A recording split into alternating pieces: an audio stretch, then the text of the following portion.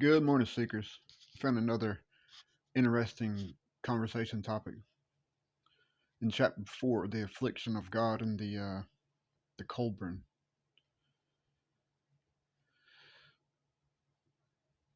4:14 says,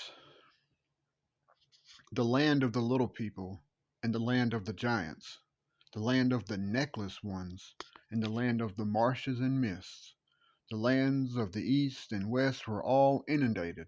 It's talking about the waves and the water and the flood story. But then it says, "The mountain land and the lands of the south, where there is gold and great beasts, were not covered by the waters." It's a very interesting conversation, if you ask me. And it's very important to seek these things through all literature, regardless if you believe it's real or not. I think it's very important conversations because we all had the same story of the flood.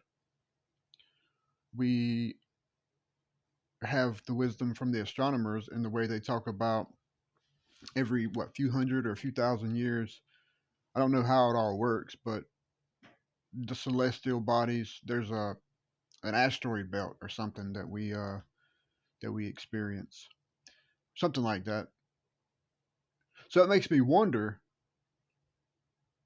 depending on how fast it happened, is it possible? I guess my question is it possible that the other side of the planet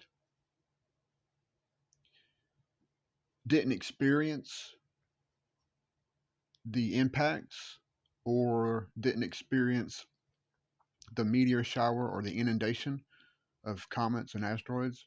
What if they only experienced the rain that was, the rain and the water downfall that was sort of evaporated when these comets and stuff crashed into the sea? What if they only experienced like the dust and fragments of comets and the rain and the flood and the waves? What if they didn't see, these, what word would I use for astral bodies and stuff? What if they didn't see everything? So yeah, it's a pretty interesting perspective, and that comes from the Kolbrin Bible. It's the Kolbrin text. So something to think about. Y'all have a good morning. God bless you. I'll I'll leave you an archive link. Peace.